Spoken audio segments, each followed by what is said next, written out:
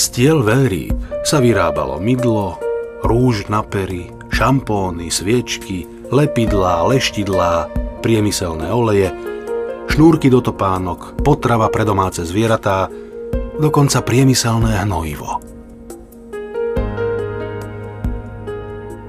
Stavy najväčšieho tvora, aký kedy na Zemi žil, vráskavca obrovského, boli zdecimované na menej ako 1%. Počet veľrýb sivých v západnom Pacifiku klesol pod 100 kusov.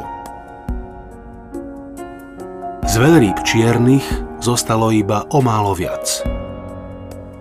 Populácia vráskavcov sivých v Severnom Atlantiku bola vyhubená úplne.